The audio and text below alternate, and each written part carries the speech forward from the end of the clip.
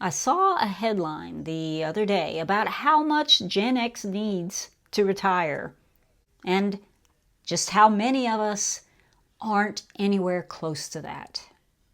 And my first thought was, okay, between the car payments and the forever house and still helping our 25-year-olds pay their insurance, are we just throwing it all away? Our chance at retirement? We're just spending money like it'll always be there? There's a lot of harsh truth in this video today, so let's buckle in while I go through 6 ways that we're throwing our future away. First one on the list, number 1, is supporting everyone but yourself. Now, there's a difference between helping and financially supporting grown adults at your own expense. At some point, our helping starts to compete with our own financial survival. Remember the oxygen mask rule. You have to put yours on first before you can help anyone else. If you go broke helping your adult kids now, you'll become a financial burden to them 20 years later. Just think back. During the Married with Children intro, you see Al Bundy, he's sitting on the couch.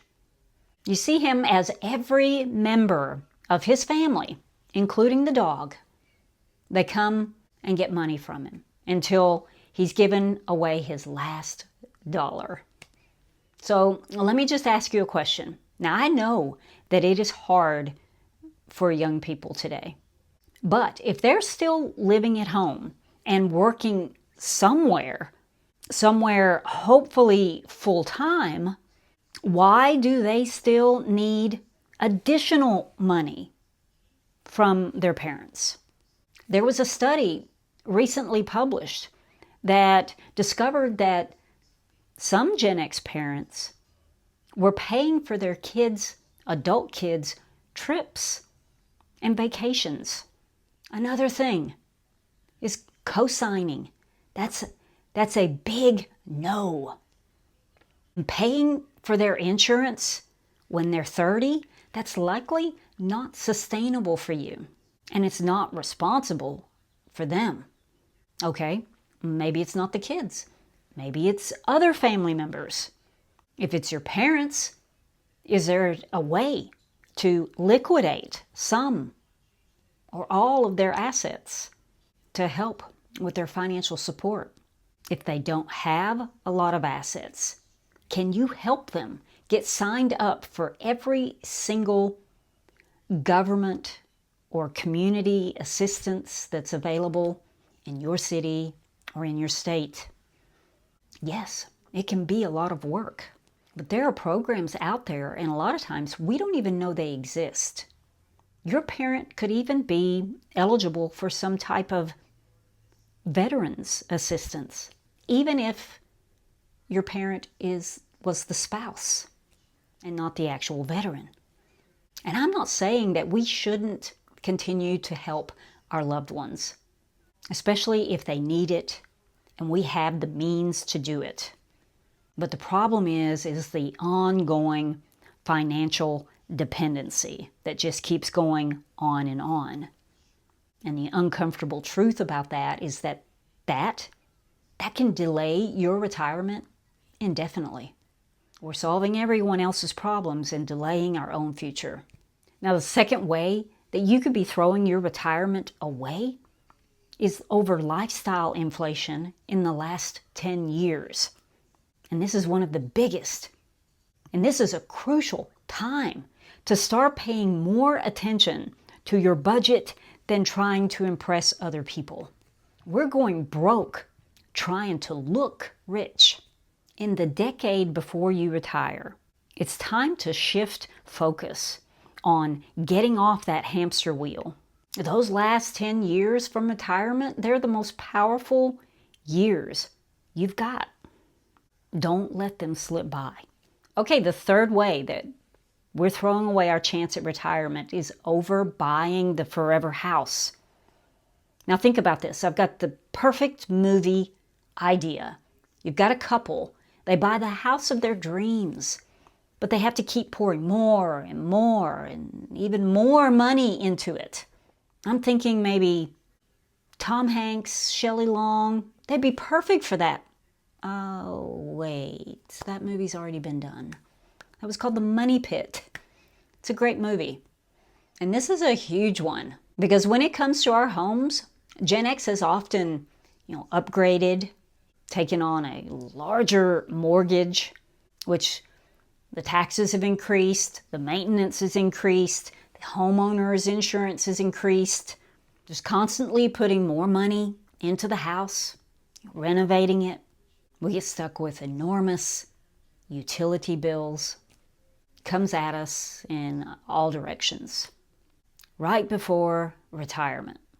And the problem is that you've locked in high fixed expenses right at the time where you need some flexibility and some breathing room. And you can always say that, well, we finally got the house that we always wanted. But we also got a monthly obligation that follows us into retirement. And pretty soon we're asking ourselves, where does all of this end? When do I get to stop spending so much of my money on this house? Now, when you step back and look at this, none of these, they're not extreme decisions. They're not extreme ways of living. It's just normal life that's quickly getting more and more expensive. So let's see what else we're exchanging our future for. And number 4 is the constant car payment cycle. This is a huge wealth killer. What's the matter with the car I'm driving? Can't you tell that it's out of style? So the pattern seems to be that we trade every 3 to 5 years. We always have a car payment or a lease payment, always upgrading, always chasing that new car smell. The reality is that we treat our car payments like a utility bill, something that just goes on into an infinity, that it never ends. Just think about this. If you took a break for 3 years from those car payments, and you took that $750 a month and you put it in a high-yield savings account for those 3 years, you'd have almost $30,000 in there at the end of that. That's a huge down payment on your next car. But you know what would be even better than that? That $30,000 could help fund an entire year of living expenses for your first year of retirement. Or maybe you could retire a year earlier. Now, I know $30,000 isn't probably going to cover the whole thing, but that's what I'm trying to get you to do, is just to start thinking of different ways that money could be allocated instead of just getting into the groove of always having that car payment. Now, the 5th way that we're throwing away our chance at retirement is over entertaining ourselves. We spend millions, billions of dollars entertaining ourselves to escape, to numb, to divert attention, to live it up. And there's nothing wrong with enjoying life. But when entertainment becomes a constant expense, it starts replacing long-term security. Travel has increased 6.2% in the last 4 years, with the biggest increases in international travel. NFL tickets and concert tickets, they have doubled in price within the last 4 years. Yet individual ticket sales for each of them are up over 8%. A typical Gen X Disney World trip, that can easily hit $10,000. And they had 60 million visitors just last year. Online sports gambling and betting, that surged over 16% from 2024. Now, what all of this tells me is that even though we're faced with inflation and the cost of living costing more on just about everything out there, and even though we're facing economic insecurities and increased debt, we're being lulled into giving it all away in increased spending in just about any category you can think of. We're spending like we have unlimited time and unlimited funds when we don't. Okay, the sixth way we're throwing away our chance at retiring is ignoring our health. Health isn't just personal, it's financial. It determines how long you can work. It determines how much health care is going to cost you. It also determines how long your money is going to last.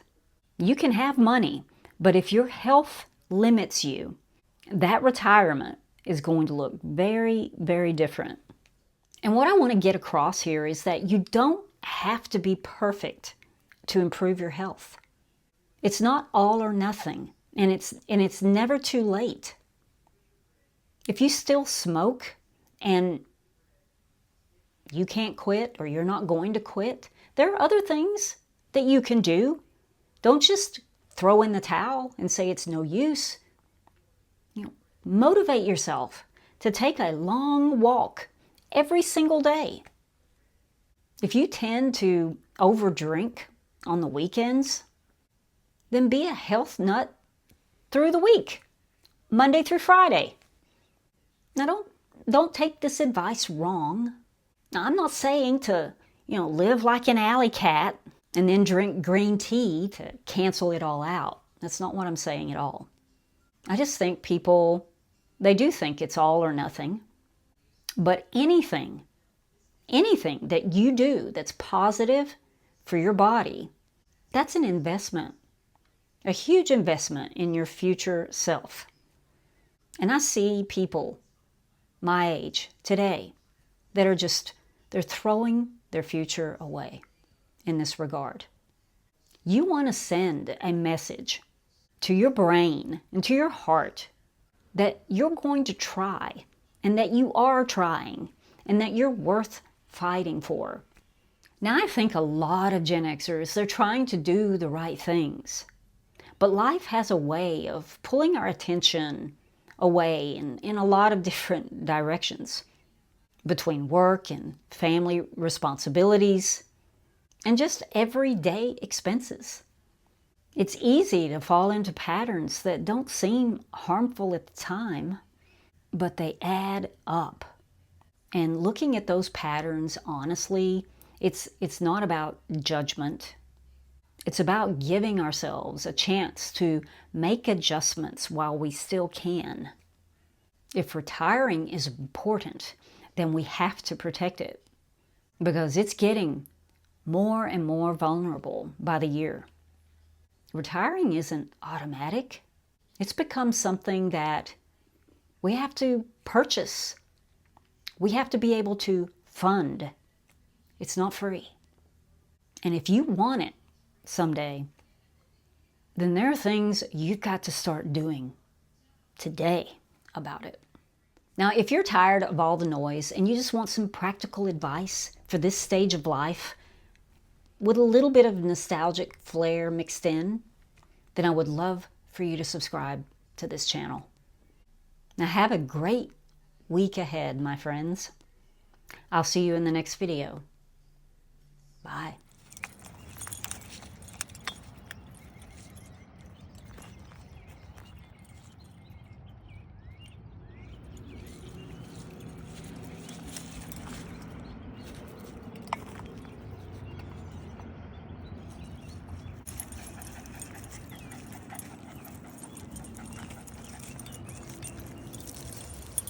Gen Xers.